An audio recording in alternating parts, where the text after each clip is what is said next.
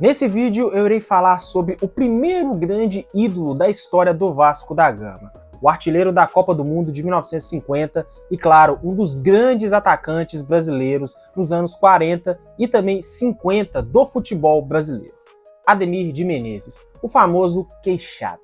Mas antes de começar esse vídeo, contar essa história maravilhosa desse grande craque, eu peço para você se inscrever aqui no canal e também deixar o seu like. O Ademir de Menezes ele nasceu em Recife, na capital de Pernambuco. Iniciou a sua trajetória no futebol pela equipe do Sport, mesmo contra a vontade da sua mãe, que sonhava em vê-lo formado em medicina ou até mesmo em odontologia. Em 1938, ele começou nas categorias de base do Leão, já se destacando muito bem. Em 39, com apenas 16 anos de idade, ele foi promovido ao time profissional, disputando a sua primeira partida. Já no ano seguinte, ele ganhou ainda mais oportunidades, até que em 1941 ele começou de vez a se destacar no cenário nacional. Ele foi campeão pernambucano e, claro, foi artilheiro do torneio com 11 gols marcados. E após essa grande conquista, que foi a primeira da sua carreira, ele passou a defender a seleção pernambucana, participando de algumas excursões pelo sul e sudeste do país. E foi justamente no estado do Rio de Janeiro que ele brilhou intensamente. Ele marcou 3 gols, tanto contra a equipe do Flamengo, como também contra a equipe do Vasco da Gama. Impressionou o clube Cruz Maltino, na verdade, e o Vasco contratou o jogador por 800 mil réis, com luvas de 40 contos, que era um valor inédito para a época para qualquer jogador de futebol. Na equipe do Vasco da Gama, o Ademir ele rapidamente mostrou ser um jogador diferenciado. Ele finalizava com precisão dentro e fora da área, com ambas as pernas, e ainda contribuía para a criação de jogadas e, claro, com todo esse talento, em 1945 ele já conquistou o Campeonato Carioca com 13 gols, atuando ao lado de nomes como Barbosa, Augusto, Djalma, Jair, Chico e Elei, que era a base da seleção brasileira nos anos seguintes, no final dos anos 40 e também da Copa do Mundo de 1950. Só que, infelizmente, por conta da Segunda Guerra Mundial, que acabou impedindo a realização de Copas do Mundo na década de 40, o Ademir ele também enfrentou frustrações, não só por ter disputado a Copa do Mundo de 46, por exemplo, mas nas edições da Copa América, onde a seleção brasileira ela sempre perdia para as seleções adversárias, principalmente para a Argentina, que era uma grande seleção nos anos 40.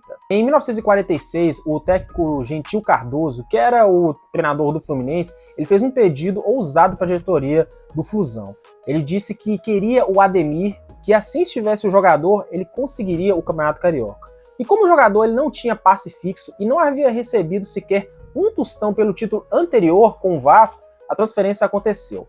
Pelo Fluminense, ele teve um desempenho bastante impressionante. Foram 24 gols em 23 jogos e mais um título carioca, que foi em 1946. Em 48, ele acabou retornando para a equipe do Vasco da Gama na sua fase mais vitoriosa. Naquele ano, o time conquistou o Campeonato Sul-Americano de Clubes, que é considerado o embrião da Libertadores. E em 49, ele voltou a ser campeão carioca, marcando 31 gols no torneio. E ainda brilhou na seleção brasileira ao conquistar o Campeonato Sul-Americano com 6 vitórias em 7 jogos, sendo um dos destaques daquela seleção que tinha Zizinho, Barbosa, Jair, Tesourinha, Wilson e Danilo. Desses jogadores que seriam a base da seleção brasileira na Copa do Mundo de 1950. Já no ano de 50, a Copa do Mundo, que foi realizada no Brasil, marcou o auge da carreira do Queixada. Com toda a base do Vasco da Gama, a seleção ela fez uma campanha memorável. E Ademir, lógico, foi o protagonista da seleção. No primeiro jogo, marcou 2 gols na vitória contra o México por 4-0. Contra a Suíça, fez mais um gol e no empate em 2-2 contra a Suíça e brilhou contra a Suécia, anotando 4 gols na partida, se tornando o primeiro e único até hoje brasileiro a marcar 4 gols em um jogo de Copa do Mundo. E contra a Espanha ele acabou marcando mais 2. No entanto, algumas fontes contabilizaram uma, acreditando o outro gol para o zagueiro Parra, que era da Espanha. E na final contra o Uruguai, onde diante de 200 mil pessoas, o Brasil só precisava de um empate. O jogo que foi disputado no Maracanã onde a seleção brasileira acabou abrindo o placar, mas sofreu a virada por 2-1. Foi um dos momentos mais marcantes da história do futebol brasileiro, conhecido como o Maracanazo, onde a seleção brasileira acabou perdendo o título da Copa. E Ademir, ele foi basicamente preservado das críticas e terminou como artilheiro do torneio com 8 gols e 6 assistências, ou seja, praticamente 15 participações em gols. E ainda nesse mesmo ano de 50, ele conquistou mais no Campeonato Carioca com 25 gols. Porém, 2 anos depois, em 52, as lesões elas começaram a comprometer a sua carreira. E mesmo assim, ele venceu o seu último título carioca nesse mesmo ano, marcando 13 gols. E na Copa de 54, que foi disputada na Suíça, ele acabou sofrendo uma lesão no joelho e foi cortado.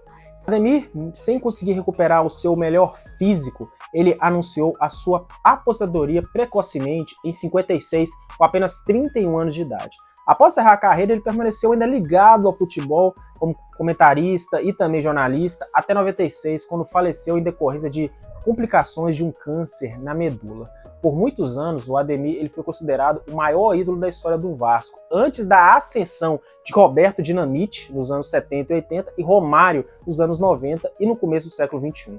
Pelo clube, ele disputou 429 partidas e marcou incríveis 301 gols. O Ademir ele foi mais do que um grande jogador do Vasco e da seleção brasileira. Ele foi um craque eterno do futebol brasileiro, onde a sua história ela deve ser valorizada, mesmo para aqueles que não conhecem a história desse grande jogador que fez uma porrada de gols aqui no futebol brasileiro.